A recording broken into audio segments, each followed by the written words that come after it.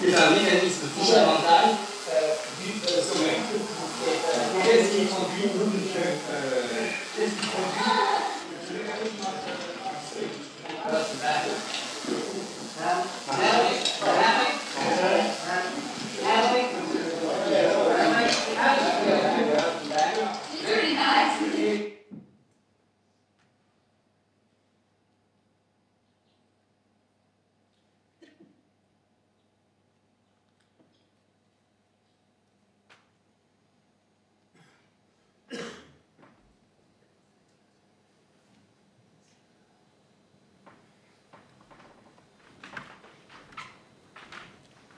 Bonsoir. Bonsoir. Peut-être que certains d'entre vous se souviennent de Michel Siffre. Pour nous, c'est un héros et un exemple. Cet homme qui, à plusieurs reprises, s'est cloîtré dans des grottes, tout seul, sans aucun repère temporel, pendant plusieurs mois, pour essayer d'explorer les rythmes veille-sommeil chez l'être humain. Voilà, donc ce qui nous a particulièrement toujours fasciné chez lui, c'est cette capacité de déplacer la question, c'est-à-dire de sujet, de devenir objet, et donc de sujet de son expérience, il en est devenu l'objet. Et ça, voilà, on trouve que c'est extrêmement voilà, fort. Voilà, alors le spectacle va durer à peu près 1h30.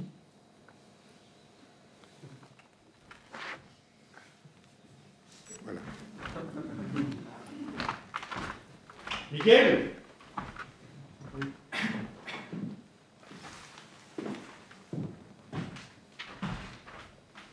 Bonsoir. Bonsoir. Bien dormi, Miguel ? Oui, pas mal. Oui. Merci.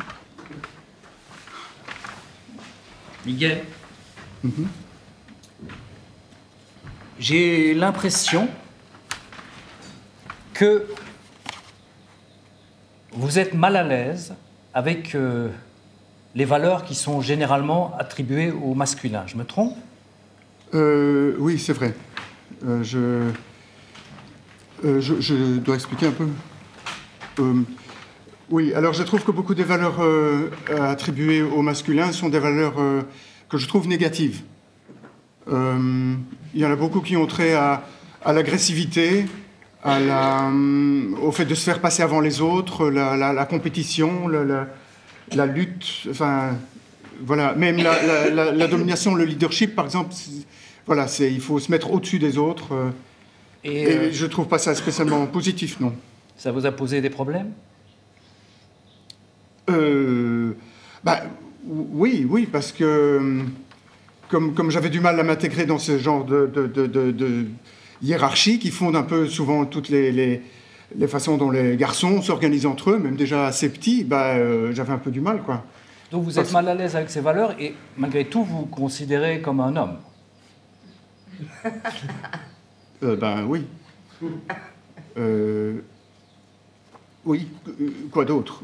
Vous n'étiez pas spécialement en sécurité avec les garçons? Non, pas du tout. Ils m'ont traité souvent de sensible parce que dès que je recevais un coup, je me mettais à pleurer et j'avais du mal à contrôler mes sentiments, mes réactions, et donc ça c'était impardonnable. Impardonnable? Oui, ils ne me le pardonnaient pas en tout cas. Et donc, ça ne se passait pas bien dans la cour de récréation? Non, non. Il y avait la bande de tous les gamins qui se moussaient entre eux pour essayer qui allait être le plus cool, le plus chef et tout. Et moi, je jouais plutôt avec les filles, alors. Et là, par contre, j'avais l'impression que c'était d'égal à égal et que j'avais pas besoin de prouver quoi que ce soit. Enfin, voilà. Et en plus, c'était assez chouette de les embêter, parce que c'était facilement embêtable, les filles. Mais je me rappelle qu'il y avait... j'étais assez pote, en fait, avec une fille black du même âge que moi. Elle s'appelait comment? Elle s'appelait Élodie, je pense. Et dites-moi, Miguel, à l'adolescence, est-ce que vous vous êtes posé des problèmes sur... votre orientation sexuelle, vu justement le fait que vous n'étiez pas dans ces valeurs masculines affirmées? Vous pensez que c'est un rapport? En fait, oui. À un moment, je me suis demandé, peut-être que j'ai beaucoup de mal à m'intégrer dans ce milieu garçon, parce qu'en fait, je suis homosexuel. Je me suis... Parce que vous étiez sensible? Notamment, oui. Je connaissais pas beaucoup d'homosexuels, mais on m'a dit, oui, les homosexuels, ils sont plus sensibles, ils ont la fibre plus artistique, ils sont plus, des choses comme ça. Pour vous, excusez-moi, Miguel, les homosexuels sont sensibles? Non, enfin, pas spécialement. Après, j'en ai rencontré beaucoup plus, et effectivement, il y a un peu de tout le monde, mais c'était le cliché qu'il y avait à l'époque. Et donc, je me suis rendu compte, en fait, mais j'étais pas attiré par les garçons. Je préférais ne pas être avec les garçons. Et puis, quand la sexualité est arrivée, c'était pas... Après, c'était peut-être... Comme je cherchais beaucoup à m'adapter et à me glisser, enfin, à éviter, peut-être que c'était ça aussi. Je me dis, non, être homosexuel, c'est trop dangereux, je vais pas aller par là. Et puisque vous considérez les valeurs qu'on attribue traditionnellement au masculin comme négatives, est-ce que les valeurs qu'on attribue naturellement au féminin, comme par exemple la timidité, la soumission, la docilité, prendre soin des autres avant de prendre soin de soi, est-ce que ça, ce sont des... Ça, ce que vous avez dit, oui, ça je trouve que c'est plutôt positif, c'est peut-être la façon dont... Et est-ce que vous les revendiquez, ces valeurs-là? Alors, je ne trouve pas que la soumission soit en soi une valeur. Après, c'est ce qu'on... Oui, je sais bien que généralement, une femme soumise, c'est considéré comme mieux. Mais moi, je ne suis pas d'accord avec ça, personnellement. Et les valeurs que je trouve, par exemple, je ne dirais pas la timidité, mais je dirais plutôt la discrétion, la modestie. Ça, c'est plutôt positif, oui. Moi, c'est quelque chose dans lequel je me reconnais plus aussi. Alors, si c'est considéré comme féminin, tant pis. Mais, vous connaissez l'origine du mot docile, Miguel? Docile, non, là comme ça. Docile, c'est à qui on enseigne facilement. Ah oui, ok. Miguel. Oui, mais c'est pas ce sens-là que ça a maintenant. Hein. Quelqu'un de docile, c'est quelqu'un qui se laisse faire. Vous vous laissez faire, Miguel?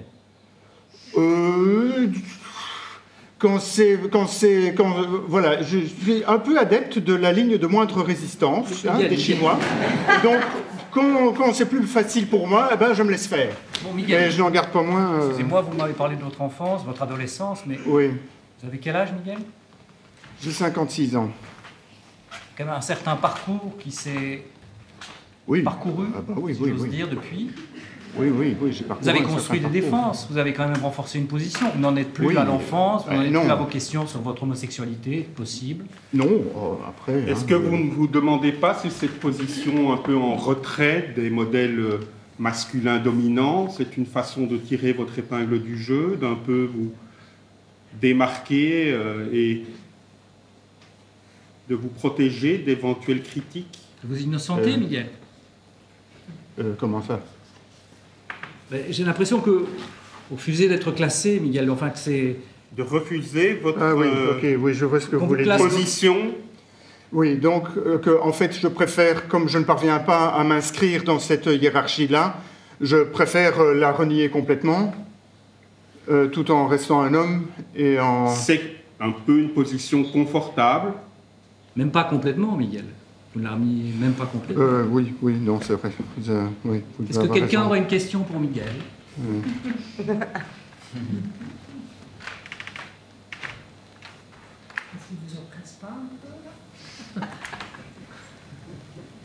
On n'a pas bien compris, madame, on va prendre. Si vous voulez bien répéter. Non, madame n'a peut-être pas envie de répéter ce que je viens de dire. Mais quelqu'un d'autre, une question pour Miguel? Ben, est-ce qu'il se sent bien comme il est? Miguel, est-ce que vous vous sentez bien comme vous êtes? Bon, oui, ça va, oui. Ça va. Oui, bah, ça pourrait aller toujours un peu mieux, hein. Mais, enfin, là maintenant, ça me pose des questions, donc je vais devoir un peu réfléchir à... oui, maintenant que oui, non, je dois réfléchir un peu. Il faudra peut-être que je change mon attitude ou... Oui. Je sais pas, ça répond à la question? Une autre question pour Miguel?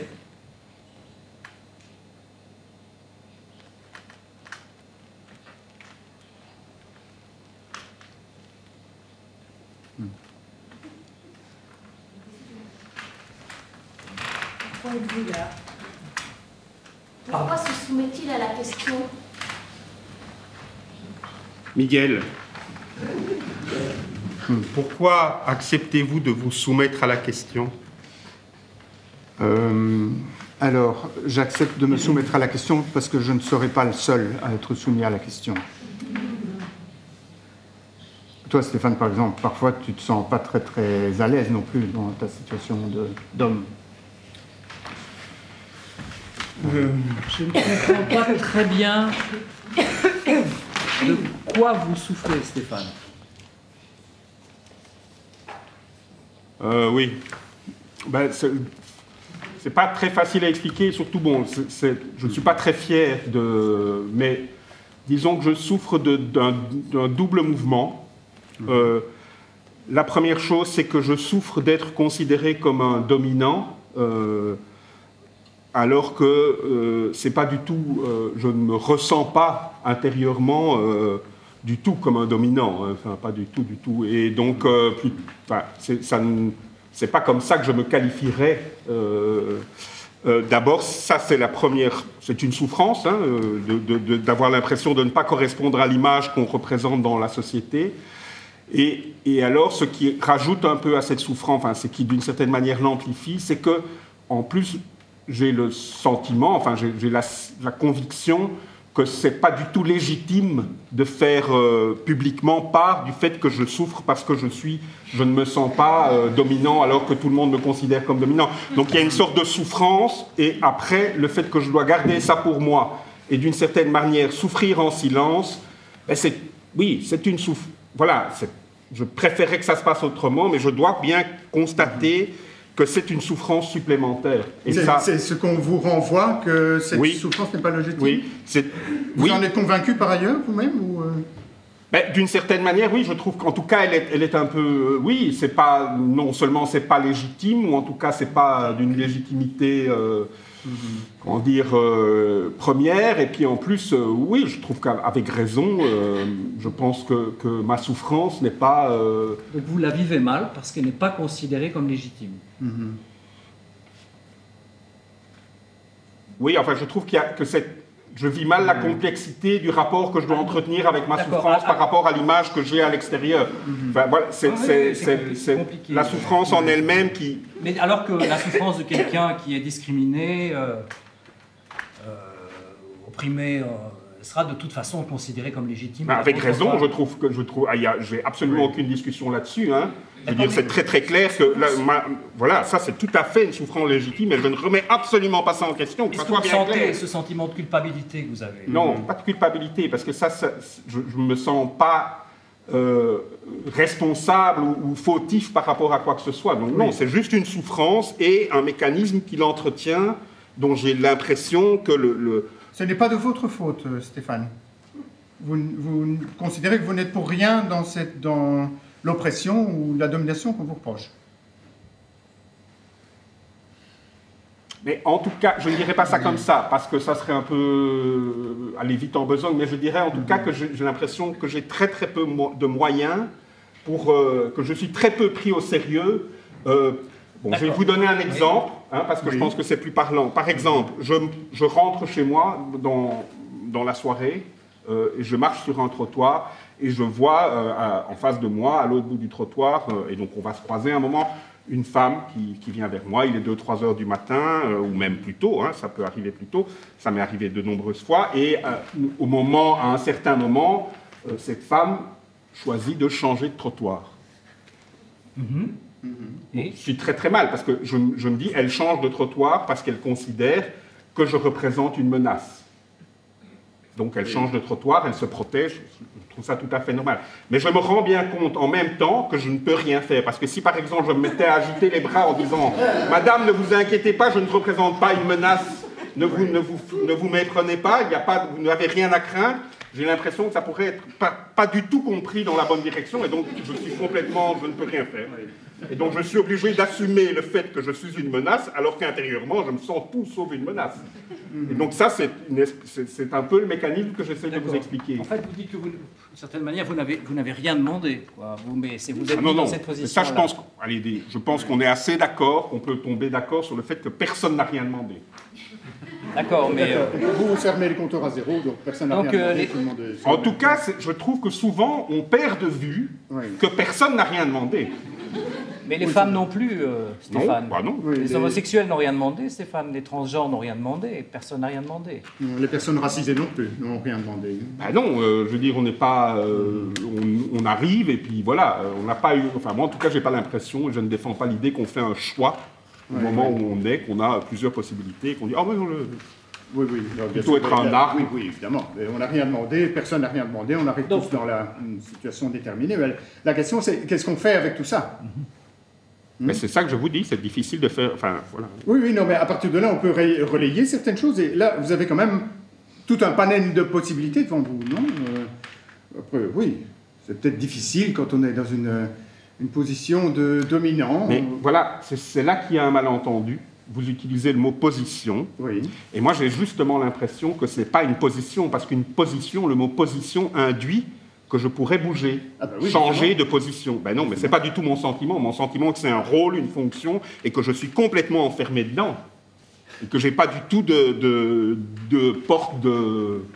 Stéphane, vous êtes dans une position de dominant, quoi que vous en pensiez. Mais non, je suis d'accord avec ça. Vous êtes mais oui, mais pas une position, dans le sens où justement, je ne peux pas tout d'un coup, quoi que je fasse, je ne peux pas compris, Stéphane, on a compris, vous n'avez rien demandé. Stéphane, est-ce que vous avez déjà eu des problèmes parce que vous êtes blanc pour trouver un logement? Non. Non, bien sûr que non.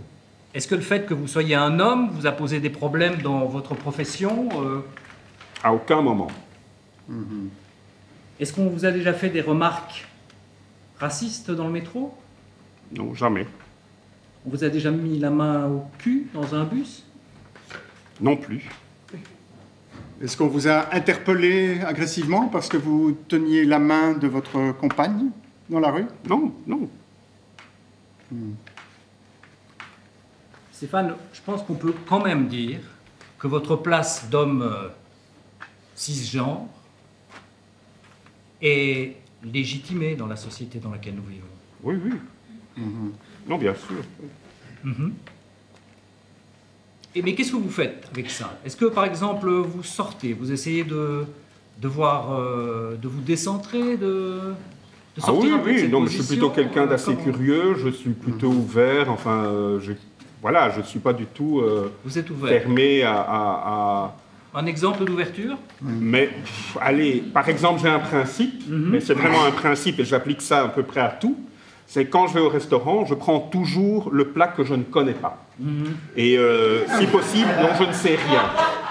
Et donc, c'est un peu mon principe de vie, quoi.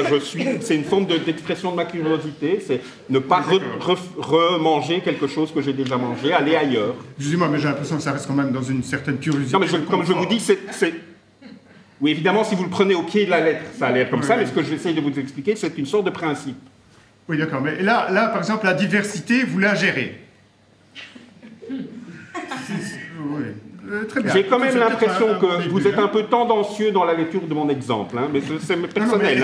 Mais je trouve quand même que, allez, je vous dis que c'est un principe, et puis tout d'un coup, vous ramenez ça au... D'accord. Voilà. Là, vous allez au restaurant, d'accord. Est-ce que vous allez dans d'autres endroits qui sont susceptibles de vous sortir un peu de votre zone de confort? Oui, je vais quand même, oui, je sors, je vais dans des festivals, enfin, en même temps, bon, très honnêtement, l'âge venant, je me laisse aller quand même plus facilement à mon agoraphobie. Ça, c'est vrai que c'est quelque chose que je luttais un peu contre dans ma jeunesse, mais c'est vrai que...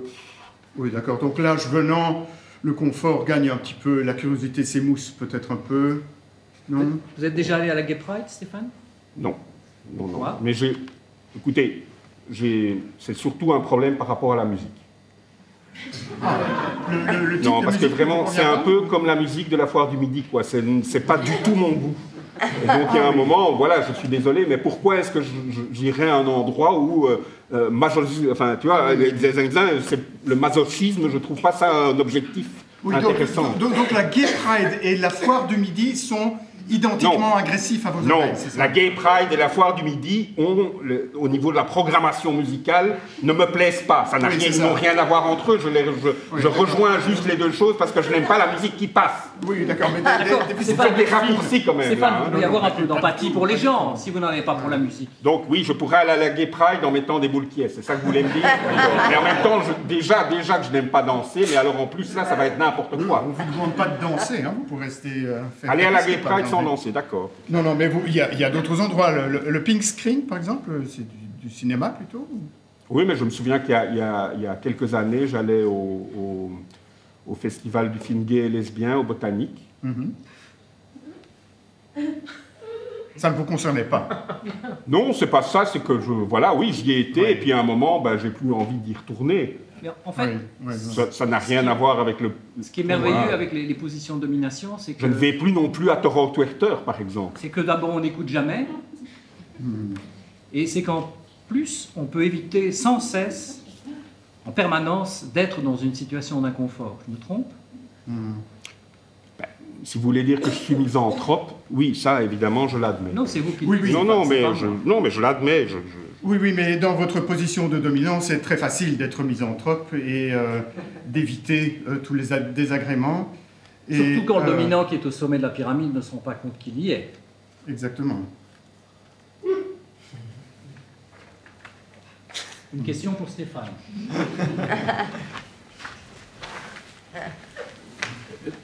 Est-ce que c'est si difficile à supporter de se rendre compte qu'il n'y a rien à faire quand une femme traverse la rue, qu'il faut juste supporter cette petite frustration de ne pas pouvoir faire plus que ça, de ne rien faire en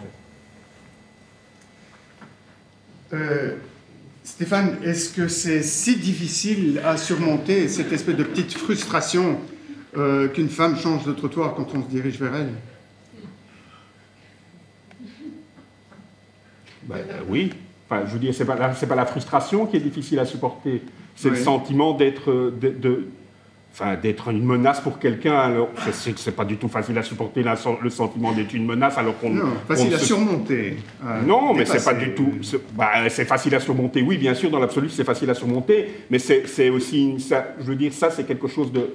Encore une fois, c'est un exemple que je vous donne, mais évidemment, je pense que ça c'est très clair, mais je pense que ça se produit dans plein d'autres situations, et surtout qui échappent complètement à ma lecture à ce moment-là. Oui. Et c'est très, très... Mais est-ce que vous ne prenez pas la ça... question n'est pas de savoir si c'est facile à surmonter ou pas.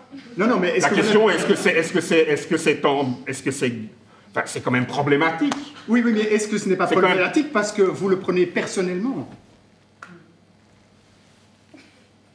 Mais comment voulez-vous que je le prenne autrement? C'est-à-dire, non, je ne prends pas ça personnellement. Vous n'acceptez pas d'être un dominant. D'avoir tous les attributs et d'en profiter de la position de dominant. C'est la conséquence de ça, non? Vous ne pensez pas? Une autre question pour Stéphane. Oui. Qu'est-ce que vous pensez de ceux qui affirment « je suis responsable de mon inconscient » ? On va tout de suite utiliser cette petite chose dans laquelle on peut parler comme ça, tout le monde entend bien. Et alors c'est facile parce que pour le passer à l'autre, enfin vous pouvez le relancer ici, on peut le lancer, c'est doux. Vous avez entendu ma question ? Est-ce que vous pouvez répéter ? Que pensez-vous de ceux qui affirment « je suis responsable de mon inconscient » ? Stéphane, que pensez-vous de ceux qui affirment « je suis responsable de mon inconscient » ? Je pense que c'est des gens qui manquent de vocabulaire.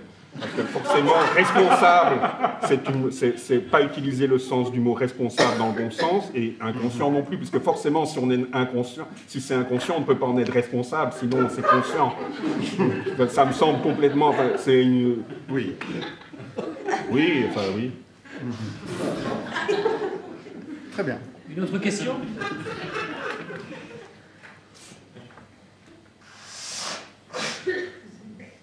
Est-ce que vous en avez parlé à des femmes ou à des personnes qui subissent une discrimination? Et qu'est-ce qu'elles vous ont dit? Une discrimination. Parlez de quoi, monsieur? Est-ce que le discours que vous tenez maintenant, vous êtes déjà ouvert à ce sujet à des femmes ou à des personnes qui subissent des discriminations systémiques? Et qu'est-ce qu'elles vous disent? Stéphane, est-ce que vous avez déjà fait part de cette question à des femmes ou des personnes discriminées qui se sont trouvées dans cette situation? Et si oui, qu'est-ce qu'elles vous ont dit?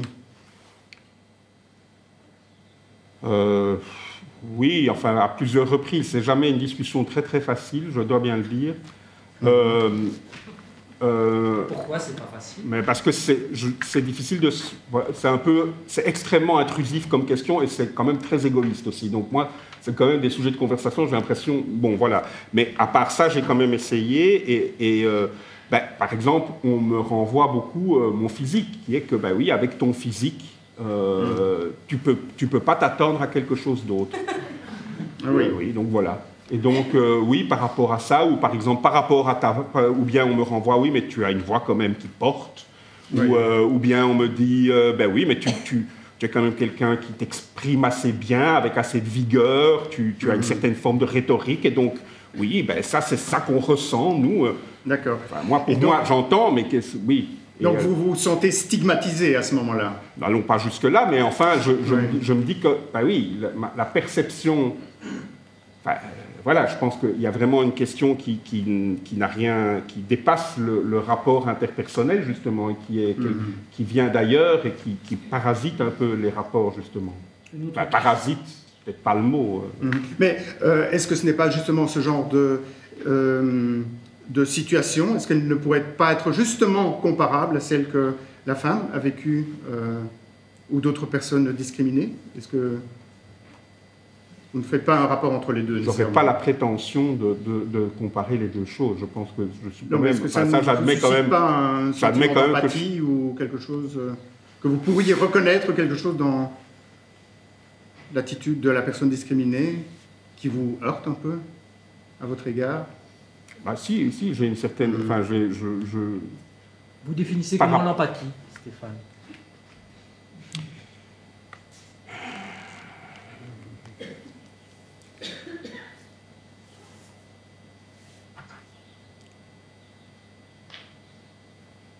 Une autre question pour Stéphane? Ah, là, madame.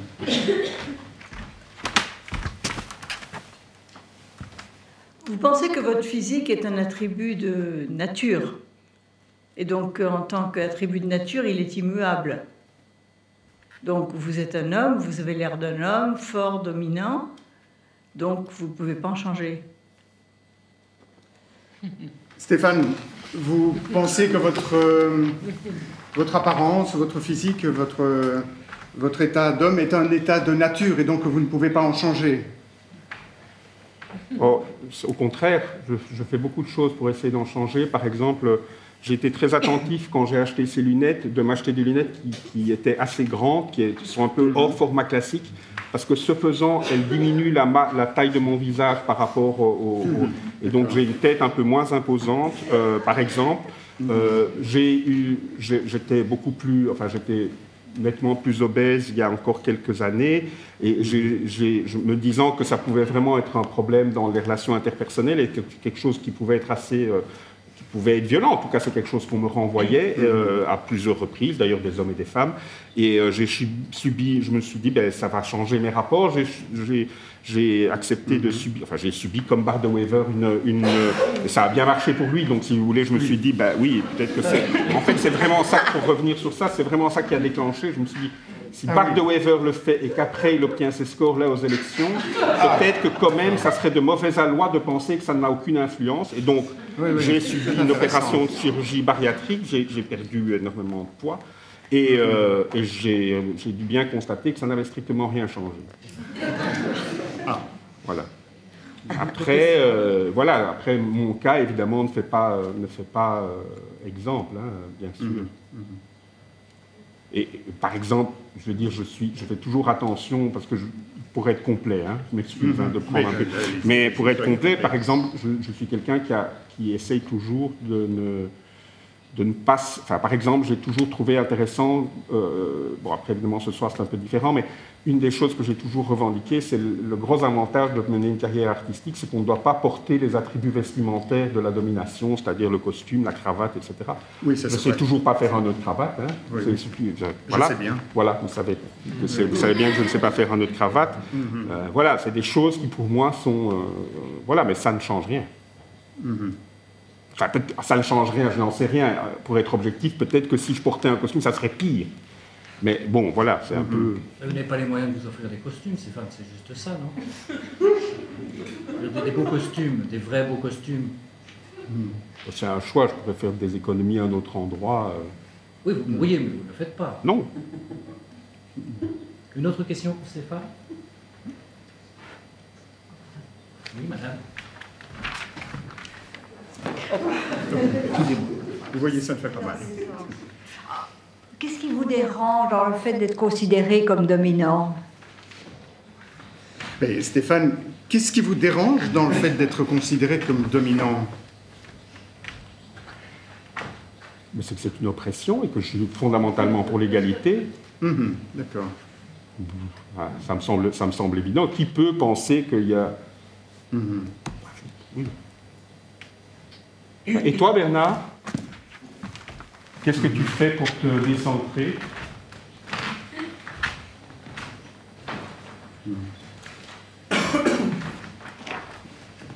Quels sont vos référents, Bernard? Quels sont-ils?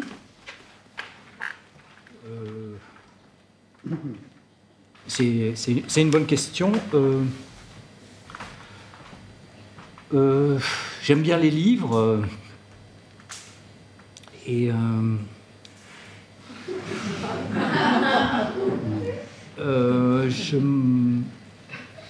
comme ça, je ne sais pas. Oui, j'ai lu un livre, je vais avoir 30 ans, qui m'a beaucoup marqué. C'était Herbert Marcuse. C'est drôle, Herbert Marcuse m'a marqué. Oui, bon, excusez-moi. Donc voilà, donc c'est un livre qui s'appelait L'homme unidimensionnel et qui faisait, dans lequel il développait une thèse. C'était facile à lire aussi, c'était de la philosophie, mais facile à lire. Et il développait la thèse que la société dans laquelle on vit nous aliénait complètement et elle nous rendait unidimensionnels, à une seule dimension. Et je dois dire que c'était brillant. La manière dont il développait ça était limpide. Et en effet, il y avait une sorte de constat. Il a écrit ça, je pense, vers 63-64. Et il paraît, mais ça je l'ai appris après, que ça a servi de base à la pensée de mai 68. Et après, je me suis intéressé à l'école de Francfort, parce que c'est de là d'où il venait. Et après, j'ai suivi un peu ce chemin-là, Adorno, pas beaucoup. Mais je suis tombé sur Günther Anders, qui a écrit un livre super qui s'appelle « Je suis désespéré, qu'est-ce que vous voulez que j'y fasse ?» qui est vraiment très bien. Et alors, ce qui est drôle, c'est que c'est l'ex de Hannah Arendt, que je ne savais pas. Voilà. Et donc après, vous avez lu Hannah Arendt? Non, je n'ai pas lu Hannah Arendt, mais elle est sur ma liste, en fait. Voilà. Vous avez mis Hannah Arendt sur votre liste et... Oui, enfin voilà, mais je lis beaucoup, voilà, et après les livres entraînent les livres, donc... Je pense qu'on ne s'est pas tout à fait compris sur le sens du mot référence. Ce que je voulais dire, c'est pas tellement des maîtres à penser, mais plutôt des figures tutélaires qui sont derrière vous, qui vous entourent, un peu comme des fantômes, et qui vous guident. Est-ce que c'est plus clair? Bon, j'aimais bien Elvis quand j'avais 15 ans, mais... Non, pour revenir au livre, je ne sais pas, c'est vrai que... Bon, après, quand j'essaie de penser à ma bibliothèque, il y a beaucoup d'hommes, mais en fait, je ne choisis pas les livres en fonction du sexe des gens, ça serait ridicule, ça serait comme acheter un livre pour sa couverture, enfin, je veux dire... Voilà, il se fait que... Mais pourtant, les livres écrits par des autrices, vous les mettez sur une liste. Vous ne considérez pas qu'ils feraient partie par défaut de votre bibliothèque. Et par exemple, est-ce qu'il y a des auteurs africains dans votre bibliothèque?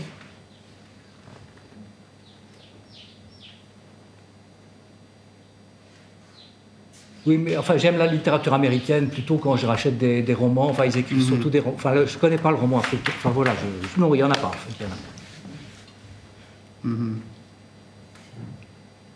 Et vous ne vous êtes pas questionné sur cette propension de votre bibliothèque à ne contenir que des auteurs masculins, blancs?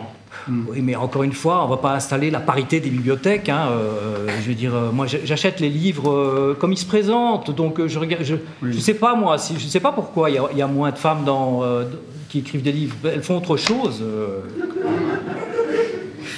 Oui, peut-être que simplement ces livres-là, on ne les voit pas.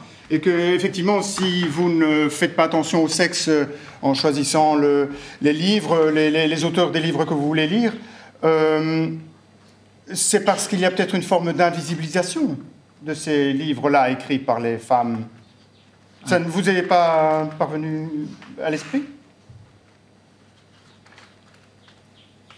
Invisibilisation, qu'est-ce que vous voulez dire exactement? Mais c'est-à-dire que souvent, pour prendre un exemple, souvent dans les réunions, par exemple dans des choses comme ça, souvent des femmes se font piquer leurs idées. Elle dit une idée, elle n'est pas aperçue, mais il suffit qu'un homme la reprenne et alors là, oui, là, elle est entendue. Ça s'est passé de nombreuses fois. Aujourd'hui, j'ai cru voir qu'on mettait Einstein à l'honneur. Vous savez tout ce qui s'est passé autour de Einstein et les pratiques qu'il avait?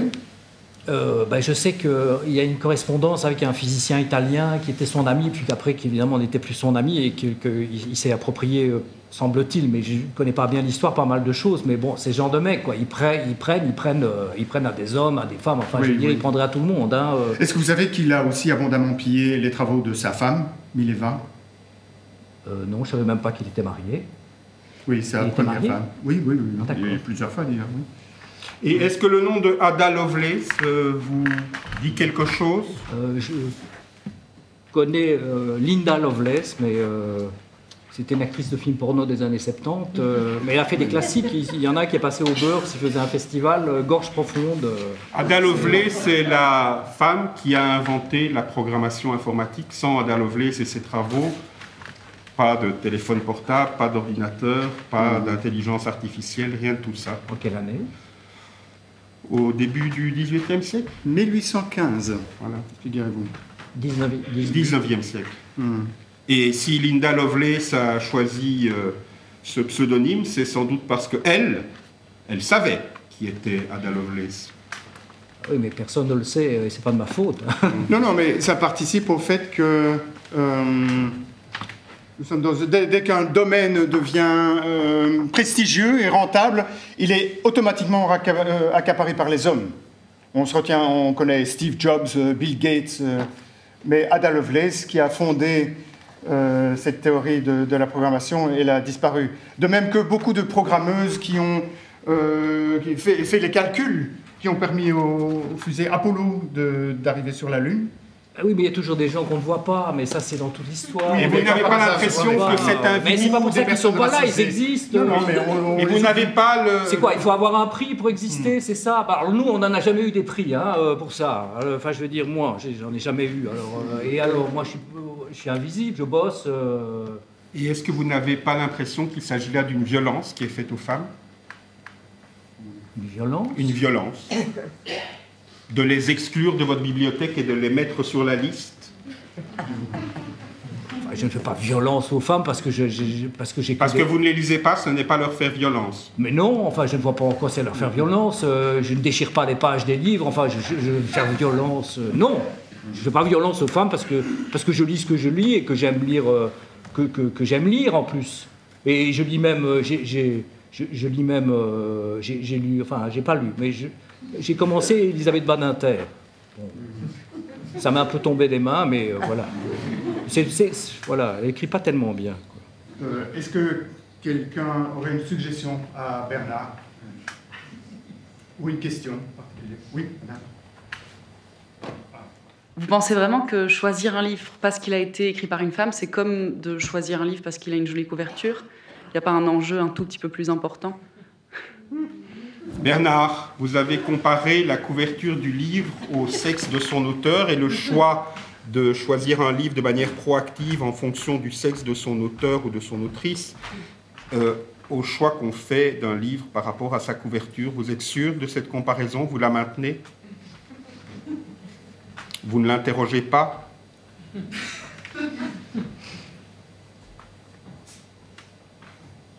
Oui, bon, c'est vrai que c'est pas la même chose, mais ce que je voulais dire par là exactement, c'est que en fait, je m'en fous qui écrit les livres. Enfin, je sais pas comment le dire, moi.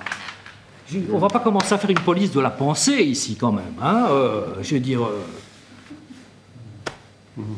quoi, il faut acheter les livres parce que les auteurs seraient handicapés ou enfin, je veux dire, ça n'a rien à voir avec le style, la façon dont c'est écrit, avec l'idée même. Enfin, moi, je vois pas. Franchement, je vois pas. Une autre suggestion, proposition, question?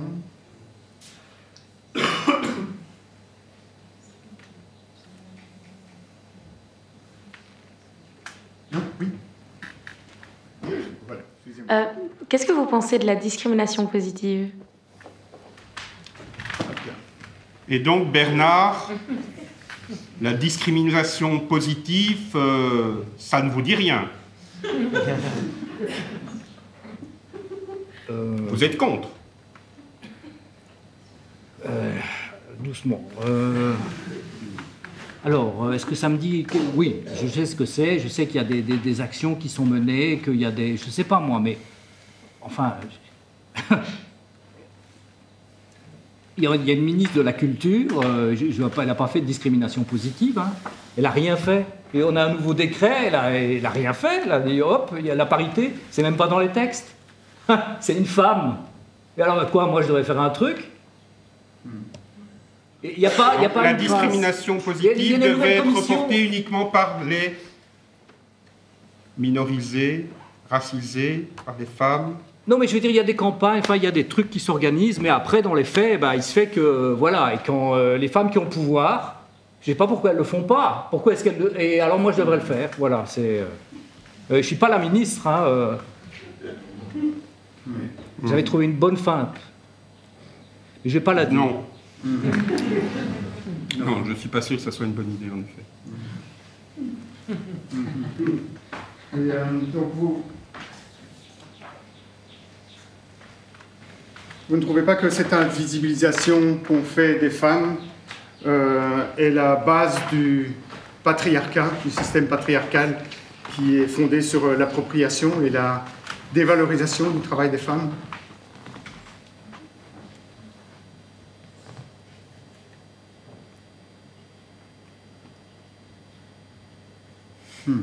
Oui, mais c'est pas moi qui ai inventé ce système. Il est là, il s'est mis en place et je suis dedans, quoi. Des réactions d'hommes, de mâles, gauchistes, violemment antiféministes même à certains moments. Alors vous qui avez toujours vécu à gauche et qui connaissez bien les différentes familles l'idée de la gauche. Comment expliquez-vous que la gauche ne soit pas tellement plus féministe que le reste de la population qui n'a pas des opinions plus avancées? Mais parce que la gauche, comme tous les partis, est dominée par les hommes et que les hommes n'ont jamais intérêt à fouler au pied leurs privilèges. Les privilégiés veulent garder toujours leurs privilèges, c'est tout à fait naturel. Ils sont privilégiés aussi bien dans le Parti communiste que dans le Parti socialiste, que dans n'importe quel parti.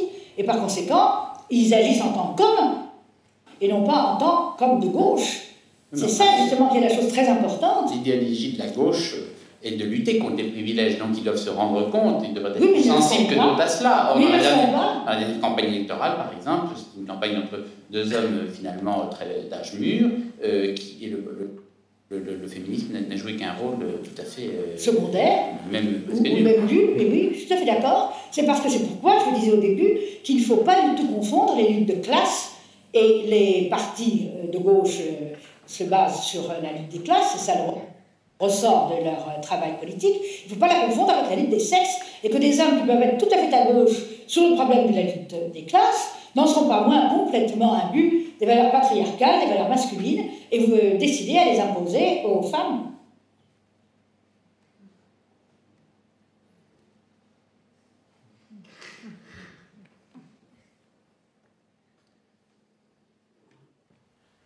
Chaque fois que j'ai des rencontres avec des personnalités pour travailler sur le decolonializing, il y a une très belle ouverture, une franchise, les échanges se passent toujours très bien, et puis il y a toujours un petit couac, un petit sursaut, je dirais.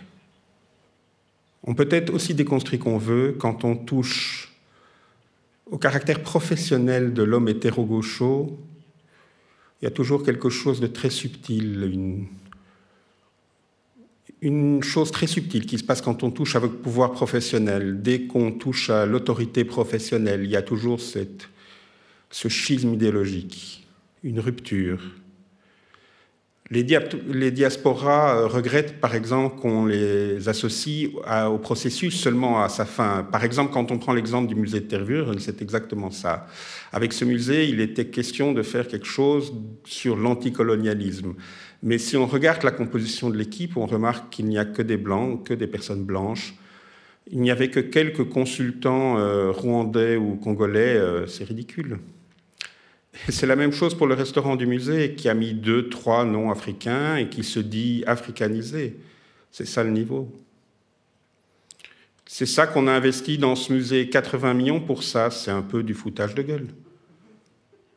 Et de manière générale, toutes les personnes de pouvoir dans les CA sont des personnes blanches. Excusez-moi, mais comment vous expliquez ça ?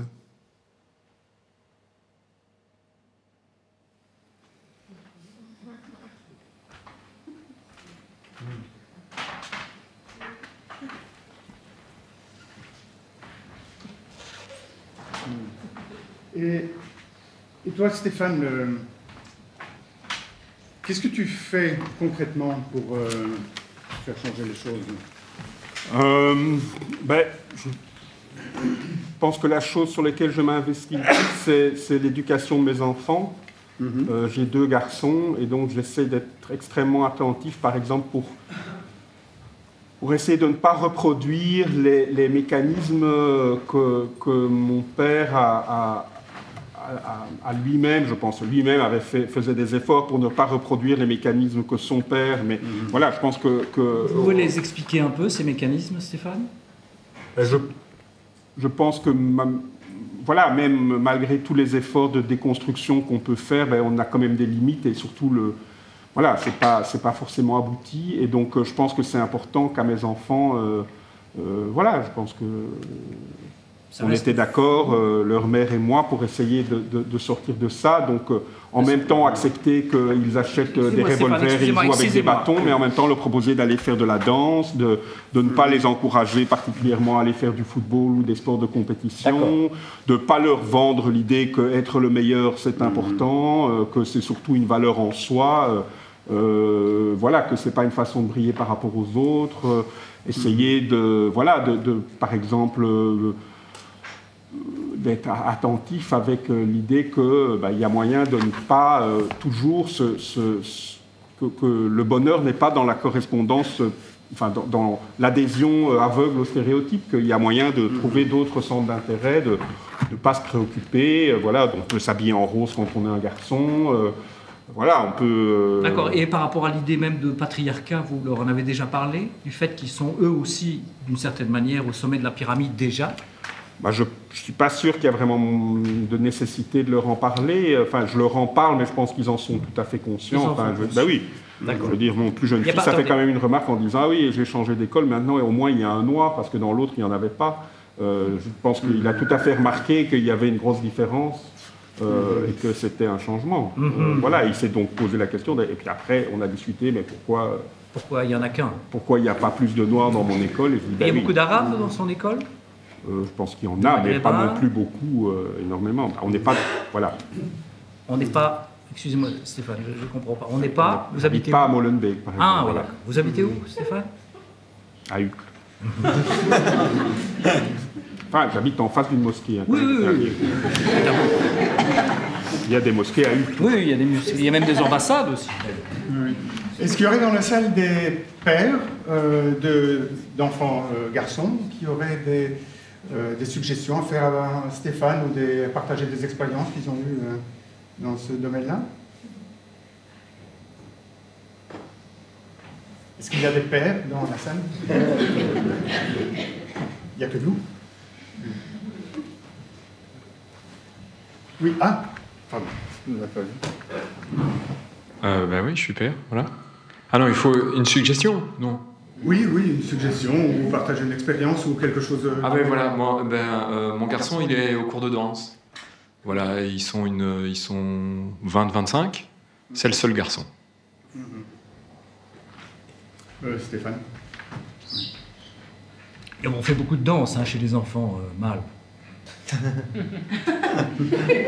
Non, le mien aussi était au cours de danse, on est tous à part. C'est drôle, hein? C'est chouette. Non, part, c'est bien, c'est très bien. C'est chic, hein? Quand on a les moyens, on va chez Style. Mais si on en va seulement à part, c'est déjà pas mal, hein? Un autre père voudrait faire part de son expérience. Ou une autre mère.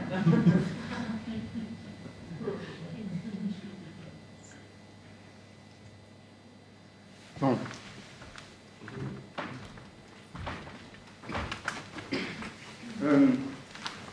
Bernard, vous avez aussi des enfants, je pense. Oui, j'ai un garçon et une fille, un garçon de 7 ans et une fille de 11 ans. Et comment est-ce que vous vous occupez de l'éducation de votre fille? Quelle position en tant que père? Comment est-ce que vous la formez ou vous voulez l'éduquer dans ce monde si patriarcal?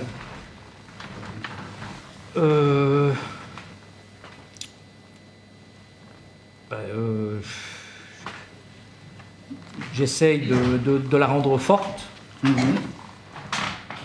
C'est comme ça que je vois les choses. J'essaie de lui acheter des livres. J'ai acheté un livre sur les héroïnes féministes, mais elle m'a dit bon, c'est pas de son âge en fait encore. Bon, c'est un peu compliqué, je sais pas. Je viens de me séparer, enfin il y a 1 an et.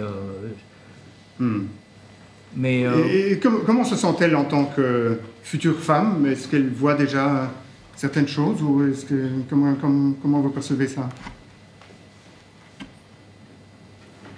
Elle m'a dit une chose en rentrant d'école il y a 2 semaines, un peu plus, 3 semaines. Elle arrive, elle dit papa, il n'y a que des désavantages à être une femme. Et moi, ça m'a scié. J'étais littéralement scié. À l'intérieur, je disais mais non. Et je ne trouvais pas d'argument. Je n'avais aucun argument. Je ne trouvais rien à lui dire. Et j'étais juste silencieux. Et elle avait l'air bouleversée. Enfin, voilà. Et j'ai juste fait un mouvement vers elle, mais je n'avais rien à lui dire. C'était voilà.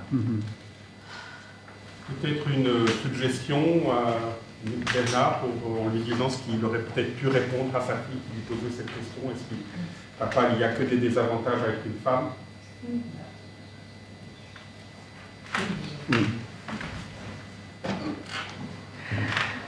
Ben, est-ce que vous vous êtes pas dit que c'était formidable aussi peut-être d'avoir rien à dire, qu'il faut pas toujours dire quelque chose et que les conseils et tout ça, c'est bien, mais ça a ses limites, quoi. Merci.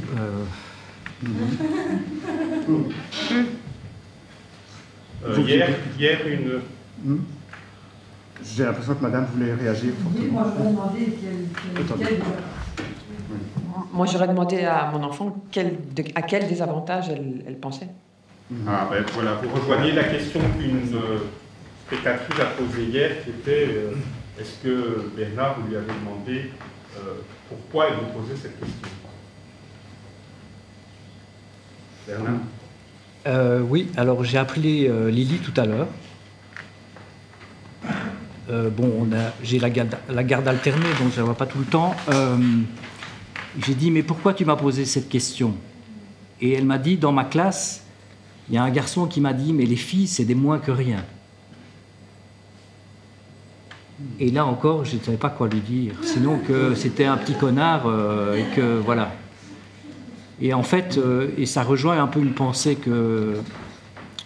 Je me dis que je vais l'inscrire à des cours d'autodéfense.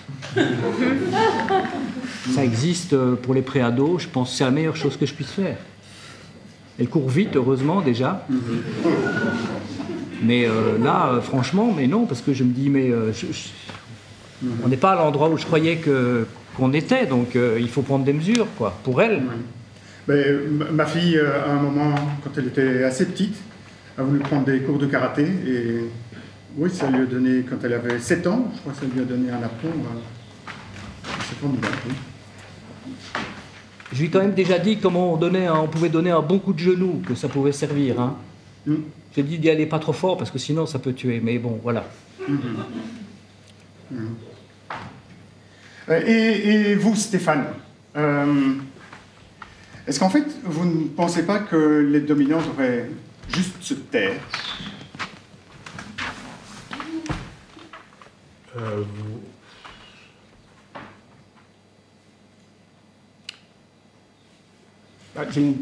Par rapport à cette question, oui. Dans l'absolu, oui, mais est-ce que ceux qui seraient prêts à se taire sont encore des dominants? Oui.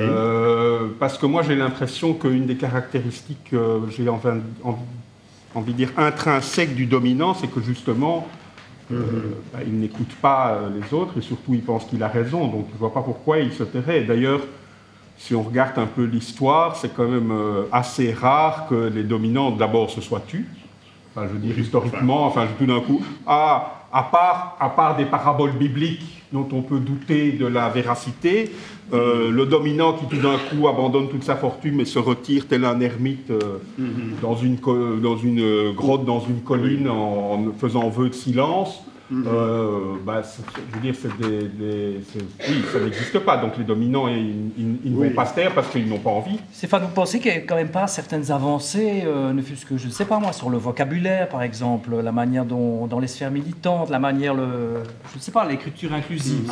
La question, c'est de savoir, est-ce que c'est vraiment des avancées ou est-ce que c'est une façon, parce que sur le principe, moi je trouve ça plutôt bien, mais est-ce que c'est vraiment une avancée ou est-ce que c'est simplement une façon un peu romantique de trouver un moyen de ne pas déprimer complètement? Oui, mais alors quelle serait votre proposition? Bon, les dominants n'ont jamais d'ailleurs essayé, même quand ils étaient convaincus et qui souffraient de leur dominance, ils n'ont jamais essayé de se taire, mais est-ce que vous avez... Sur ça, justement, je pense que les dominants ne souffrent pas d'être dominants. Hein. Non, mais donc vous dites qu'il y a plusieurs étages de dominants, Non, je veux dire qu'il y en a qui embrassent leur fonction et d'autres qui sont plus ou moins mal à l'aise, mais en fait on se demande pourquoi. Enfin, je veux dire, par exemple, je vous donne juste un exemple, ça me revient. Moi, par exemple, j'ai toujours pensé que draguer était quelque chose d'extrêmement violent et intrusif, et que quand je voyais mes amis mâles draguer, je me disais, mais enfin, c'est quand même extrêmement...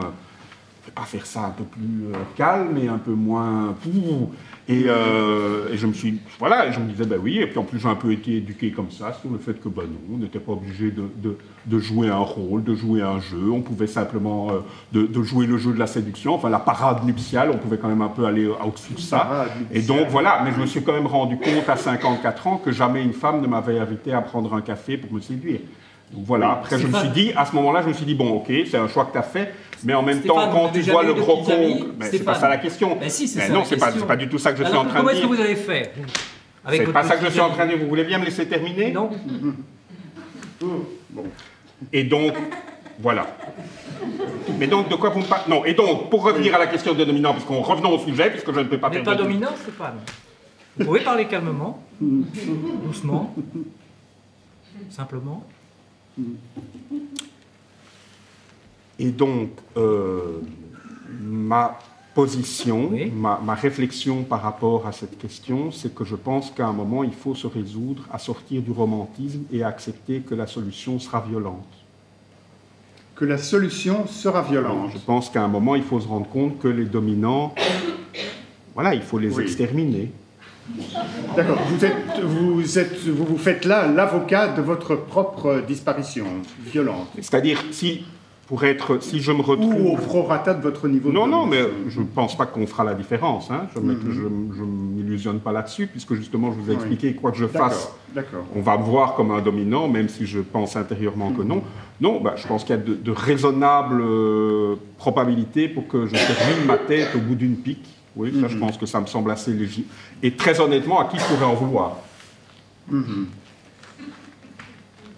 Et voilà, oui. Donc.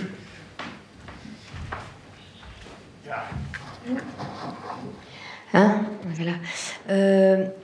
Oui, donc vous vous êtes auto-qualifié dominant, mais en fait, moi, je voudrais bien savoir, finalement, de quelle domination parlez-vous? Stéphane? Bah, déjà, je pense la domination blanche. Hein. Voilà, ça me semble une première évidence. La domination masculine ensuite, ça me semble une deuxième évidence.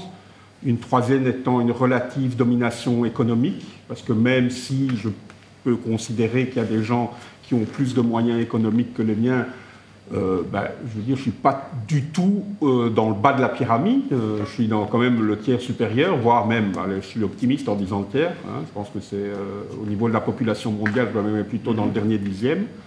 Donc voilà, je pense que ça c'est des évidences. Donc en fait c'est plutôt, je ne vois pas à quel endroit, oui, il y a plus dominant que moi, est-ce que c'est pas de l'ordre du détail?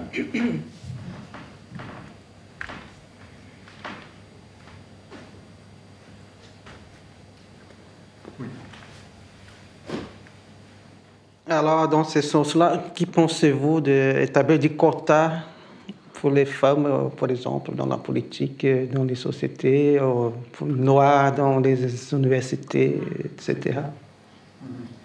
Stéphane? Mais je pense personnellement que c'est une hypocrisie.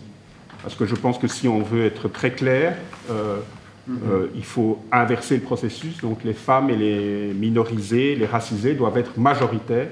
Sinon, comment les choses vont changer? Je veux dire, si c'est juste pour arriver à un statu quo, au niveau des votes, ça ne sert à rien. Je veux dire, il faut penser que les dominants ne vont jamais trahir leur père. C'est quand même une base de la domination, c'est un esprit de corps. Et donc je pense que la parité, c'est une vision. Non, il faut exiger l'inverse, une majorité. Les minorités doivent être représentées de manière majoritaire dans les organes de décision, sinon il n'y aura pas de changement. Et je pense, soyons objectifs, que déjà la parité, je pense que sans violence, on ne va pas y arriver, mais alors la majorité des minorités dans les organes de décision, ça je pense que ça va être clairement, on va devoir passer par... D'accord, mais donc qu'est-ce que vous préconisez comme moyen pour arriver à... Il faut taper. Il faut taper. Il faut taper. Il faut taper. Ben, il faut qu'on vous tape, donc. Je trouve ça... Je n'ai pas envie qu'on me tape, mais je comprends très bien qu'on le fasse. Oui. Enfin, je veux dire, je ne peux pas, à qui je peux en vouloir si on me tape? Oui, d'accord, mais vous vous rendez compte que vous déléguez encore une fois le travail aux personnes que vous dominez? Je suis d'accord, mais ça, le monde est injuste. Hein. Oui, ça c'est clair. Je veux dire, on en parle depuis le début. Donc on ne va pas commencer à dire « Ah oui, mais en plus, il faudrait que ça soit les dominants qui... » je veux dire, si on pense qu'on va s'en sortir par un suicide collectif des dominants, mais alors là, à mon avis, on ne va pas y arriver. Hein. Et je veux dire, même à titre personnel, je veux dire, je ne pense pas que ça change grand-chose. D'accord. Monsieur, dans le fond? Excusez-moi, je suis désolé. Est-ce que Stéphane ne pense pas qu'une société a besoin de rapports de domination, sinon elle risque de tomber dans une anarchie, et que si on veut supprimer de mauvais dominants, eh bien, la nature ayant horreur du vide, il y aura une autre forme de domination qui la supplantera, et comment s'assurer que cette autre forme de domination soit la bonne, soit meilleure que celle que nous connaissons. Merci. Stéphane? Et là, c'est le problème, ce problème-là se met en marche quand on arrête de taper. Le problème, c'est qu'il ne faut pas... C'est ça l'erreur des principales révolutions, c'est qu'elles tapent, et puis elles arrêtent. Et donc, en effet, comme monsieur le dit, à un moment, d'autres dominants prennent la place des dominants et personne n'y voit que du feu parce qu'ils changent de discours, ils changent de costume, ils mettent... voilà, mais ils prennent exactement la même place avec quelques petits aménagements. Mais ça, c'est parce qu'on a arrêté de taper. À un moment, on pense que c'est fini. Non, le problème, c'est qu'il faut se résoudre à taper et continuer à taper. Si on arrête de taper, ben, là, évidemment, il y a le mécanisme se change. Je vais vous montrer quelque chose. Ah. La troupe de Kikorok est celle avec laquelle j'ai commencé il y a 30 ans.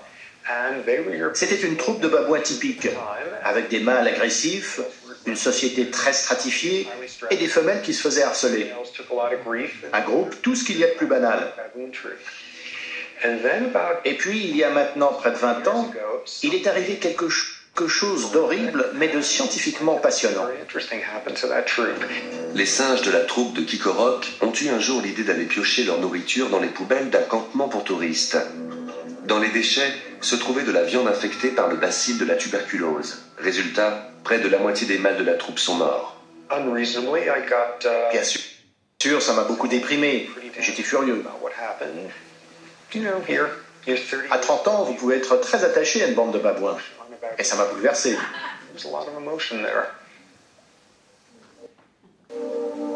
Pour Robert, ce sont 10 ans de recherche qui semblent perdus. Mais il remarque alors que ceux qui sont morts sont les mâles. Ils avaient mangé la viande infectée sans en laisser aux autres.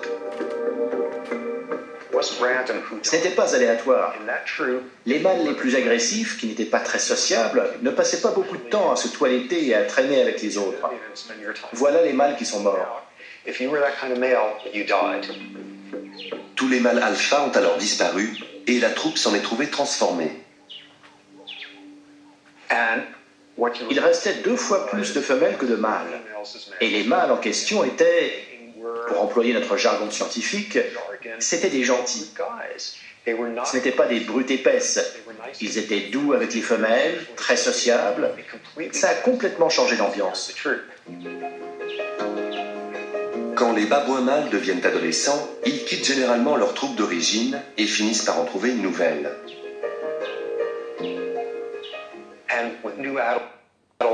Et quand des adolescents rejoignaient la troupe, ils arrivaient en roulant des mécaniques, comme tous les adolescents de la Terre.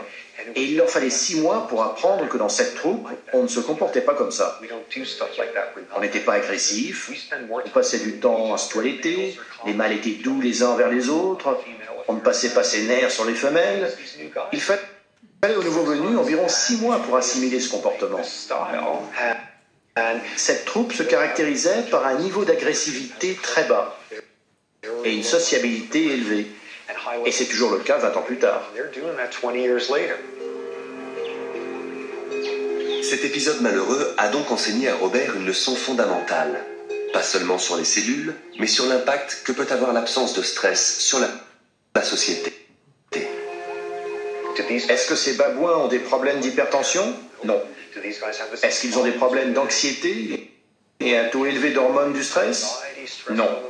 L'important n'est pas votre rang, mais ce qu'il signifie dans votre société.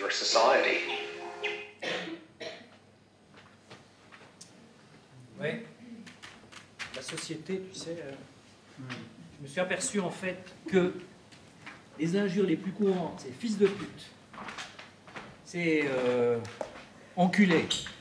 Ah oui. Mon fils, il a 7 ans et il se traite de PD. Il est rentré en me disant c'est quoi papa un PD? Enfin, une tapette, il savait pas. Ah oui. Donc, et puis, et attends, le mieux, c'est que moi, j'arrête pas de dire espèce de con, espèce de con, espèce de con. Je prends le sexe féminin, je prends le sexe féminin comme injure suprême, presque, enfin, la plus courante, tout le temps. Tu n'es pas le seul. Oui, je suis pas le seul, mais c'est quand même terrible. Enfin, pour moi, ça parle de l'endroit où on est dans la société. On parle des putes, hein, les femmes les plus méprisées. Alors, nique ta mère, j'en parle même pas. Hein. Donc, c'est la mère ou la pute, et le PD, l'enculé, et le con. Ça, c'est le vocabulaire. Oui, mais ça parle de quelque chose. Ça veut dire à quel point la société dans laquelle on vit est imprégnée de ça. Alors là, si même dans les injures, c'est ce qui sort, le premier truc. Et putain, je le dis sans arrêt, sans arrêt, je suis en train de dire putain, putain. Alors je me dis, oui, c'est anecdotique. Ah bah, en fait, c'est peut-être pas si anecdotique que ça. Et il n'y a plus de bière. Non? Non, je ne peux pas. Plus de bière.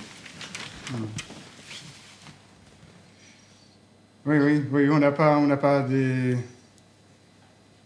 Oui, enfin, parfois on dit quand même espèce de gland, mais bon. C'est pas du même ordre. Non, c'est pas du même ordre. Non. On ne dit pas sale couille. On ne dit pas sale couille. Non. Et on ne dit pas une fille, je sais pas moi, on ne dit pas un mec qui a une... Enfin, oui. Je sais pas, on ne dit pas... Oui, non, c'est vrai. On devrait dire, par exemple, tu vois, on parle d'un mec qui a du courage, on dit qu'il a une grosse paire de couilles. Oui, on ne dit pas, il a, je sais pas moi, une fille qui a une belle paire d'ovaires, on pourrait changer, commencer à voir les choses autrement. Alors c'est con, hein, on est d'accord, c'est un peu con de dire ça, mais... Tu veux dire, oui. Ça, c'est un travail quand même. Hein. Enfin, je veux dire, là, par exemple, tu viens de le dire. Voilà, oui, non, mais... Bon, voilà. Oui, c'est important comment on dit les choses. Hein. Oui. Mais, par exemple, tout à l'heure, tu as dit que dans la cour de récréation, tu étais ami avec une jeune fille black. Oui. Pourquoi black? Pourquoi est-ce que tu l'appelles black? Pourquoi black? Tu dis white pour parler de Bernard et de moi. Quand tu parles de nous, je suis avec mes copains white. Ah oui, c'est une bonne question, tiens. Oui. Pourquoi tu dis pas noir? Oui, mais j'ai un peu noir, ça me demande un peu, ça demande un petit effort quand même, je trouve. Mais pourquoi? Oui. Bon, évidemment, on ne va pas dire nègre, ça on sait bien que ça c'est discriminant, ça c'est... Quoi, tu as un problème avec la couleur noire? Non, mais noir, je ne sais pas, c'est un peu comme si ça faisait un peu formel. Black, je ne sais pas, black, d'abord tout le monde dit black, mais c'est vrai, dans le monde français, francophone, tout le monde dit black. Je sais pas, c'est parce que ça fait un peu plus cool, c'est moins grave. Peut-être parce que c'est aussi la... Parce que c'est grave de dire noir. Noir, je sais pas, ça implique une distance. Pourquoi est-ce que c'est grave? Oui. Pourquoi est-ce que tu as le sentiment de dire... noir, ça fait comme si je stigmatisais tout de suite. Oui. Mais oui, enfin non, mais en fait, je pense que c'est parce que si je dis noir, ça veut dire que moi je suis blanc. Et ça me... Je sais pas, je suis pas tout à fait à l'aise avec... Tu préférais qu'on te dise que tu es rose? Qu'on me dise que je suis juste rien du tout, quoi. Ah, oui. C'est drôle, Miguel. Oui. Si tu allais aux États-Unis, alors les blacks, tu les appellerais you are noir? C'est le terme normal aux États-Unis pour dire un black man, black woman. Je ne sais pas s'ils trouvent ça. Non, mais juste pour mettre le même, tu comprends, la même retraite formelle. Ah oui, mais non, mais en fait, moi, je ne sais pas. Parce que tu étais aux États-Unis, donc comment... J'étais aux États-Unis. Je sais que le terme qui était méprisant pour les Blancs, c'était honky. Et ça parle de la couleur? Oui, c'était les Blancs qui étaient comme ça. Mais ils ne disaient pas white... Enfin bon, voilà. Je ne sais même pas si c'est encore... Comme dans Honky Tonk Woman. Honky, je ne sais pas. C'était... Et ça veut dire quoi, honky? Parce que moi, je suis nul en anglais. Je ne sais pas du tout. Je ne sais pas du tout. Et personne ne m'a d'ailleurs traité de honky. On me traitait de froggy, parce que je parle français. Donc les Français, là-bas, comme on sait qu'ils mangent les grenouilles, les cuisses de grenouilles, et que les Américains n'aiment pas ça. Je ne sais pas d'où ça vient, cette histoire que les... Enfin, oui. Enfin bon, voilà, on qualifie toujours... Évidemment, moi, je ne suis pas contre manger des cuisses de grenouilles, même si c'est... Enfin, voilà, mais c'était très bizarre qu'on me définisse comme ça de l'extérieur, quoi. Oui. Non, mais oui, Je sais pas comment les... Et tu sais, moi, je me suis aperçu, je dis, Mais par exemple, les Arabes, et attends, ils sont pas arabes. Ils sont pas arabes. Alors, ils ont été envahis pour les Arabes. C'est comme nous, si on disait les Espagnols en parlant des Belges, parce qu'ils ont été envahis il y a 5 siècles. On pourrait nous dire Espagnols. Mais on ne se dit pas Espagnol. Oui. Mais ça veut dire quoi, arabe? C'est qui parle arabe ou qui... Mais même pas. Ils parlent pas l'arabe. Ils parlent un dialecte. Chaque pays a son dialecte. Enfin, c'est l'algérien et pas le marocain. Enfin, que je sache, et le tunisien non plus. Oui, mais c'est mais tu vois la manière dont on regarde les choses. Moi, bon, alors je sais pas, maghrébin, c'est quand même déjà plus juste. C'est peut-être, enfin voilà, et c'est. C'est une région. Oui, bah voilà, mais c'est comme tu dirais européen. Enfin, je sais pas un peu. Oui, mais comment on pourrait faire Marocain. Oui. Marocains, enfin, ou d'origine marocaine, parce qu'ils sont pas plus marocains que moi. Hein. Enfin, je veux dire, c'est vrai. Mais on discutait tout à l'heure de qu'est-ce qu'on pouvait faire par rapport à sortir de ce schéma patriarcal. Et moi, je me souviens très bien qu'à une époque, je trouvais que l'incarnation la plus forte du patriarcat, c'était la nation. C'était l'idée d'État. L'idée de patrie, que ça, c'était vraiment une idée très... Patrie. Voilà, patrie. Voilà, on ne dit pas matrie. Hein. Et donc, je me suis dit, mais est-ce que c'est possible d'être apatride volontairement? C'est-à-dire de refuser d'appartenir à un pays. Et en fait, non. C'est un droit qu'on n'a pas. On a énormément de droits, mais pas celui-là. C'est-à-dire, je ne peux pas dire tout d'un coup, non, je ne suis plus belge. C'est-à-dire, je peux dire que je suis plus belge si j'accepte d'être autre chose. Mais juste dire, je ne me reconnais pas là-dedans, eh bien ça ne marche pas. C'est pas possible. C'est un droit qu'on n'a pas. Et évidemment, parce que les apatrides sont plutôt d'habitude des gens minorisés, racisés, qui sont dans des situations socio-économiques absolument abominables, on ne va pas tous se revendiquer le droit d'être apatride. Mais en même temps, à titre personnel, je trouverais ça un droit, je me sens privé du droit de dire mais je ne me reconnais pas dans cette histoire. Oui, c'est ça, c'est que tu n'as pas le droit de te définir toi-même. Par rapport à ça, non. C'est toujours un peu les autres qui te définissent. En tout cas, là, c'est vraiment... Ça me fait penser à un exercice qui s'appelle la molécule. Tu as déjà entendu parler de ça? Non, j'entends la petite... Quand tu dis molécule, j'entends on va aller à molécule, le truc près de Charleroi, là où il y a... Non, ça n'a rien à voir. Écoute, voilà, c'est un exercice. Est-ce que tu pourrais nous dire 5 mots? Voilà. À haute voix. À haute voix, voilà. D'accord. Tu dis 5 mots qui, selon toi, te définissent. 5 mots qui, selon moi, me définissent. Ouais.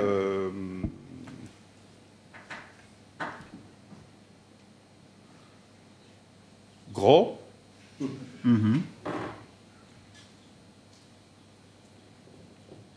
Seul. Oui. Dyslexique.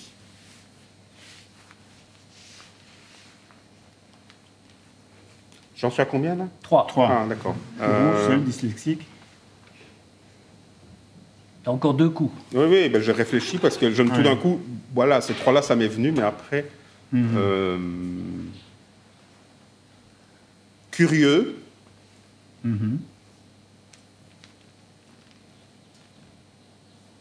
Tu veux dire au restaurant, tu prends toujours le... Oui.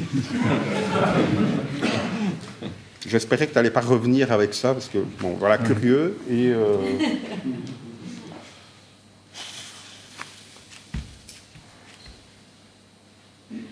Bon, ben 4, c'est déjà peut-être pas mal, hein? Oui, je sais pas...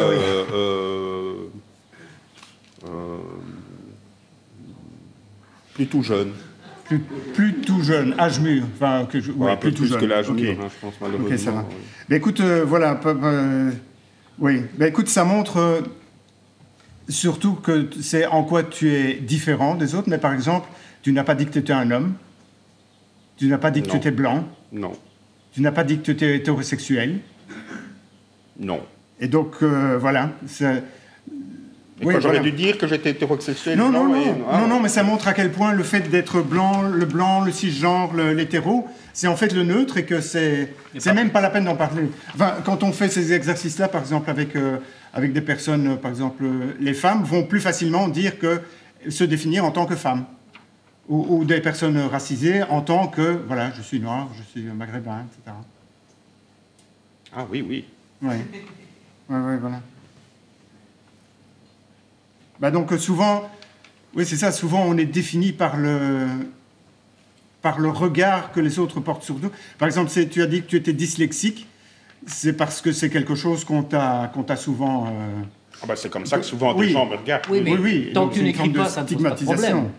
Oui, bah, tant que je n'écris pas, ça pose pas de problème. Oui, bah, sauf que les gens se... Et maintenant, avec le non, mais les gens... je veux dire, il y a des bons correcteurs d'orthographe. Oui, mais la dyslexie, c'est aussi, par exemple, j'ai beaucoup de mal à me rappeler du nom des personnes alors que je reconnais leur visage. Mais ça, c'est l'âge, mon gars. Non, c'est pas l'âge. C'est pas seulement l'âge. Par exemple, j'ai quand même beaucoup de mal. J'ai quand même beaucoup de mal de me souvenir de la différence entre ma gauche et ma droite. C'est quelque chose qui n'est pas du tout naturel pour moi. Je dois vraiment y penser souvent. Voilà, le fait de transformer, il y a toute une série de choses que je dois, quand je les transforme en mots, qui sont compliqués quoi, pour moi, mais bon, oui, enfin, je ne sais pas si c'est tellement intéressant que de toute façon, tout le monde s'en fout d'habitude, donc oui, mais voilà, c'est par exemple, oui. Bon, 21h57. Oui. Bon, vous m'avez pas laissé de whisky, c'est pas cool. Non, mais moi j'ai juste un fond. Oui. On a trop bu cette semaine. Oui, il y a du gin, tout ça. Moi je voulais une bière, mais il n'y avait plus de bière. Non, il n'y a plus, c'est pas grave. Oui, le temps qu'on... Oui. Non, en fait, on va bientôt terminer. Il y a encore une petite séquence dans le spectacle. On a fait le temps qu'on s'est fait... Simplement, on voudrait prendre, si vous avez... Bon, on ne joue pas demain, mais... Non, avant ça, il y a quelque chose de très important qu'il faut préciser. Ah oui. Hein. Donc, il y a encore une petite partie du spectacle, et puis c'est la fin. Normalement, quand c'est fini, il y a deux choses qui se passent. La première chose qui se passe, c'est que normalement, il y a quelqu'un, l'un d'entre nous, qui va dormir dans la tente. Mais aujourd'hui, évidemment, comme c'est la dernière, ça ne va pas être le cas. Mais l'expérience continue, et donc dans le futur, l'un d'entre nous ira dormir dans la tente, ou avant. Voilà. Donc voilà, ça c'est important. C'est ce qu'on a fait. C'est ce qu'on a fait. Oui. Vous pouvez le voir là. Oui, mais donc pas vous. Enfin, sauf si vous l'avez vu avant. Mais donc l'autre chose qui est importante, c'est donc après le spectacle, d'habitude, il y a ce petit moment un peu de, comment dire, de récompense, où le public applaudit les interprètes. On a un peu l'impression, ça serait malvenu de se faire applaudir, voilà. Donc, on trouve que, voilà, pour vous dire que très clairement, on ne vous demande pas de nous applaudir, on ne prendra pas mal si vous trouvez que ce n'est pas nécessaire. Mais en tout cas, on ne viendra pas pour en demander plus. Non, ça certainement, ça nous semble complètement, ça c'est vraiment... Voilà, donc ne soyez pas, ne prenez pas ça personnellement. Non, mais... Voilà, il ne faut pas du tout prendre ça personnellement. Néanmoins, on va faire ce soir ce qu'on a fait chaque soir, et Bernard, tu peux mettre le... On va vous proposer, et ce qui est bien, hein, puisque c'est la dernière, c'est que vous pouvez avoir une certaine ambition dans vos propositions, puisqu'on aura du temps pour développer. C'est qu'est-ce que vous trouvez qui manquait au spectacle ce soir, et que quand on reprendra le spectacle, enfin, hein, quand on reprendra le spectacle, si on le reprend, une chose qu'on pourrait faire, ou proposer au public. Quelque chose qu'on pourrait, un sujet qu'on n'a pas abordé. Voilà, par exemple, on a eu la question du congé de paternité, et donc là, on va se documenter pour qui nous semblait une question qu'on n'avait pas du tout prévue.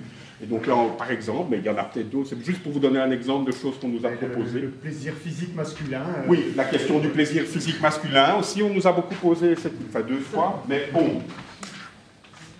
Ah. La présence de femmes. Femmes sur scène.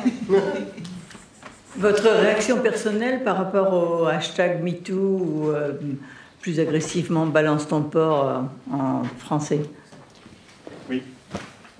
Et donc Oui, des présences féminines sur le plateau. C'est-à-dire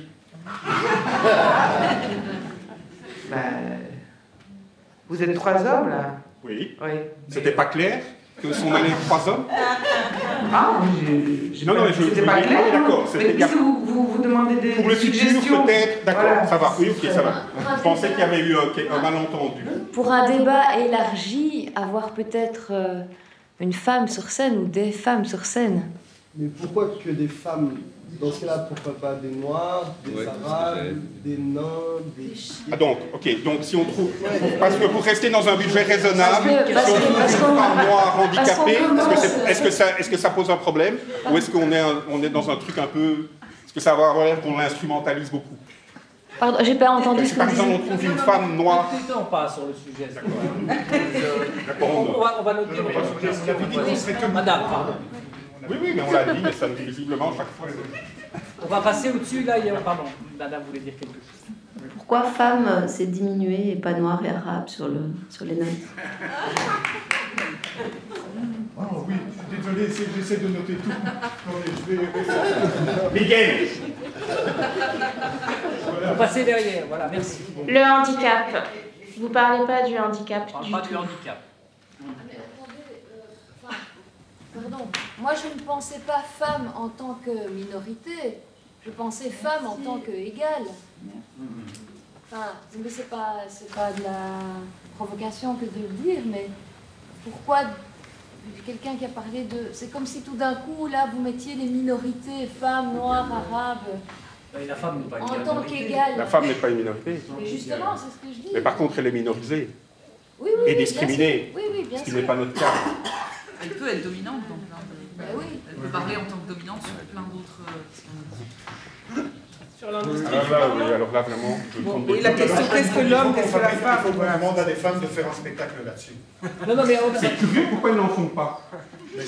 Ah, d'accord, on ne va pas les voir, juste. D'accord.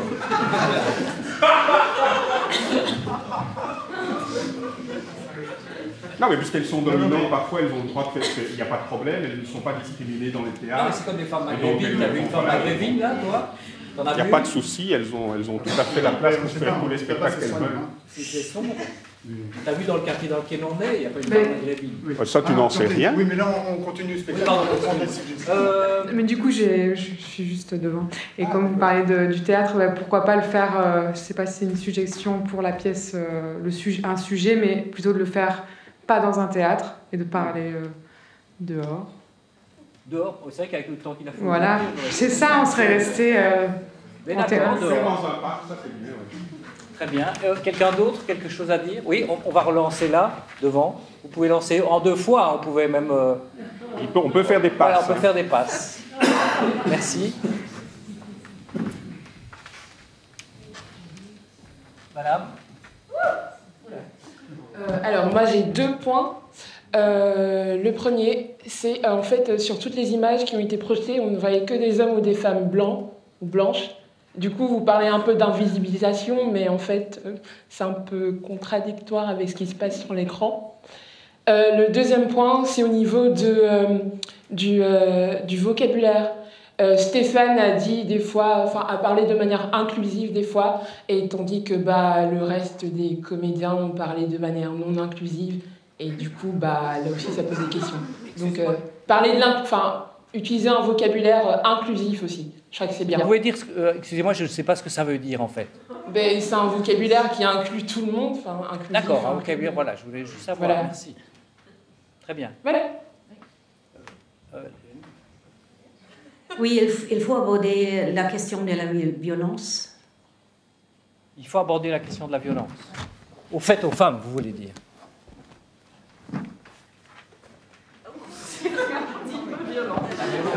C'est mou, ça me fait pas mal. Faut pas avoir peur, c'est un gros coussin tout mou. Voilà pourquoi tout de suite croire que c'est un pavé. À cause de la forme. Se poser la question de est-ce que faire ce spectacle, c'est pas de nouveau prendre l'espace que vous avez déjà tout le temps? C'est une question, c'est pas une ouais, c'est une question. Envisager. On le note comme question. Et voilà, devant.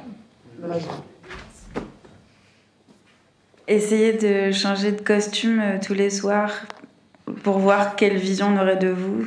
Pas forcément des costumes qui vous mettraient dans votre avantage, juste pour voir si la réception est... Ce costume nous met à notre avantage.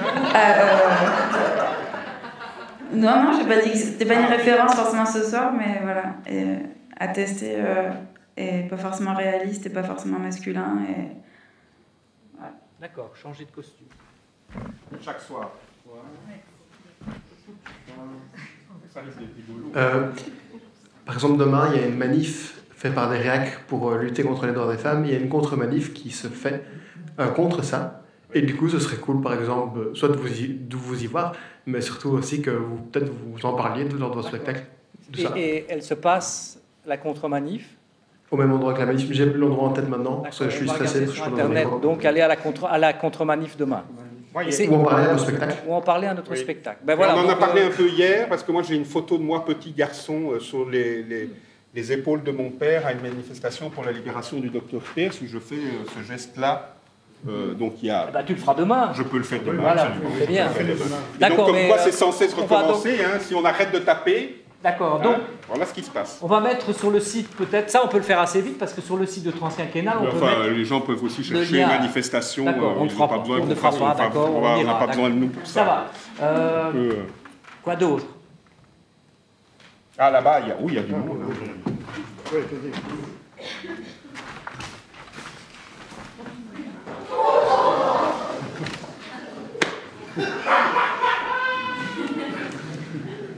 En fait, moi je trouve ça juste dommage de ne pas avoir eu une partie plus au niveau émotif, ce que vous ressentez, parce que finalement c'était beaucoup de réflexion mentale, mais moi je n'entends pas souvent le côté émotif justement. Donc j'aurais aimé avoir un peu de ça. J'aurais dû pleurer comme hier. Ouais, pas forcément pleurer, mais simplement dire qu'est-ce que vous ressentez quand vous vous sentez trop... cette position de dominant, qu'est-ce que vous sentez quand une femme traverse la rue. Mais tu n'as pas pleuré hier? Non, j'ai pas pleuré hier, c'est juste pour faire croire que j'aurais pu pleurer. D'accord, mais excusez-moi. Mais tu sais bien que je trouve que les émotions sont ridicules, donc voilà. Oui, mais arrêtez d'être aussi manteau. Très dominant, elle est en train de parler. Oui, je sais. Très dominant. Mais donc merci, montrez plus nos émotions, on le note. Et ne pas couper la parole. Et ne pas couper la parole aux spectateurs, aux spectatrices. Pas aux spectateurs en général, on va être inclusif. Spectatrice, voilà, tout le monde est une spectatrice. Voilà, spectatrice. Je sais pas, il y a un truc dans les... Non, mais je sais pas, il faut trouver par exemple... Aux gens. Alors maintenant, on peut dire, pour dire, au lieu de dire il ou elle, on peut dire yel. Moi, je trouve ça cool. C'est bien. Yel. Ben oui, yel. Bien, yel. Moi, j'approuve, hein. On ne peut pas couper la parole à Yel. Oui, oui.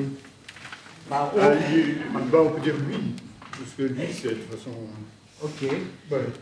Ça tombe bien, c'était justement ma demande d'en profiter pour évoquer, d'une part, les personnes non-binaires, très minoritaires et très invisibilisées en genre, et puis, sur notre sujet, les personnes intersexes. Et là, donc, justement, par rapport à Yel, on avait justement dans les coulisses, peut-être que vous avez une opinion là-dessus, on avait une question parce que Yel, en même temps, c'est quand même une concaténation de il et elle. Donc c'est quand même un peu genré, comme même si c'est de nouveau binaire, même si c'est une concaténation. Donc on se disait, donc si ce n'est Yel, ça ne va pas tout à fait au bout de l'idée. Et donc on était un peu en train de se dire, est-ce que c'est vraiment une bonne idée d'adopter Yel?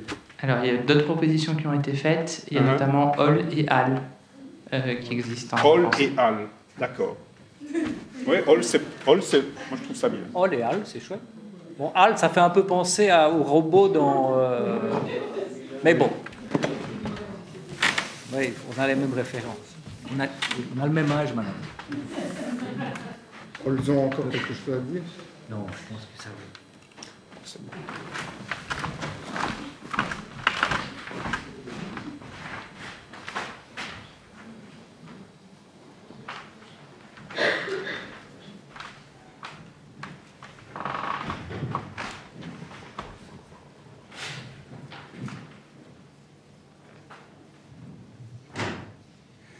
C'est assez fatigant d'être une personne racisée ou une personne queer dans cette société et à chaque fois de devoir expliquer que « Ah, ça c'était raciste ». Ah oui, c'était raciste comment? Pourquoi? C'est quelque chose qu'on me demande souvent. Par exemple, les journalistes, quand ils me demandent « Ah, mais c'est quoi le racisme ?» Je leur dis « Écoute, c'est pas ça le sujet. On peut partir de la base qui est le racisme existe. On ne va pas venir avec des questions du genre où est-ce que le racisme existe encore? Car là, ça insulte mon intelligence. Arrête de m'insulter avec ce genre de questions. Tu sais que ça existe. C'est pour ça que tu es venu me parler. Donc maintenant, on peut aborder le vrai sujet et essayer de trouver des solutions et pas essayer de trouver des solutions, des manières de ne pas parler du vrai sujet. C'est surtout ça. C'est une question de faire en sorte que les Blancs se sentent mal, mais pas trop non plus. Qu'ils se sentent mal, mais pas trop mal. qu'ils soient encore un petit peu la victime, car ils sont aussi dans ce système. Donc tout est vraiment centralisé pour les personnes blanches, cisgenres. En plus, ce qui est affreux dans ce truc-là, c'est que la personne qui est blessée, qui est blanche et ou qui est hétéro, ou qui est offusquée par les propos d'une personne racisée, ou un homosexuel, ou un homme par les propos d'une femme, il peut toujours se réfugier dans le monde des hommes hétéros cis où personne ne l'emmerde. Car de toute façon, il a avec lui l'école, la police, le gouvernement. Toutes ces institutions sont avec lui. Donc, en tant que personne dominée, vous pouvez toujours dire « je n'ai pas envie de vous écouter, je ne vous écoute pas à cette personne dominante », mais il faut toujours faire attention à comment on lui parle, car sinon, on la perd. Elle est fâchée, elle écrit un bouquin, elle s'appelle Éric Zemmour. C'est pour ça que les personnes racisées, elles font vachement d'efforts de bien choisir les mots pour ne pas effrayer les Blancs. Il faut faire attention, car on veut les garder de notre côté. On a besoin aussi des Blancs pour nous protéger, pour utiliser leurs privilèges, pour justement faire avancer ce monde. Mais on constate que c'est hyper fragile. Car les Blancs veulent se sentir en même temps les victimes. Ils sont oppresseurs, mais ils veulent aussi se sentir victimes. Donc, quand on me parle de racisme anti-blanc, je ris. Ah là là là là. Je dis, vous ne pouvez pas tout avoir. Le racisme, c'est à nous. On a travaillé pour. On a 400 ans d'esclavage. Vous ne pouvez pas être la victime et l'oppresseur en même temps. Vous ne pouvez pas. Vous ne pouvez pas l'avoir. Non, vous l'avez vous-même créé, le racisme. C'est tout.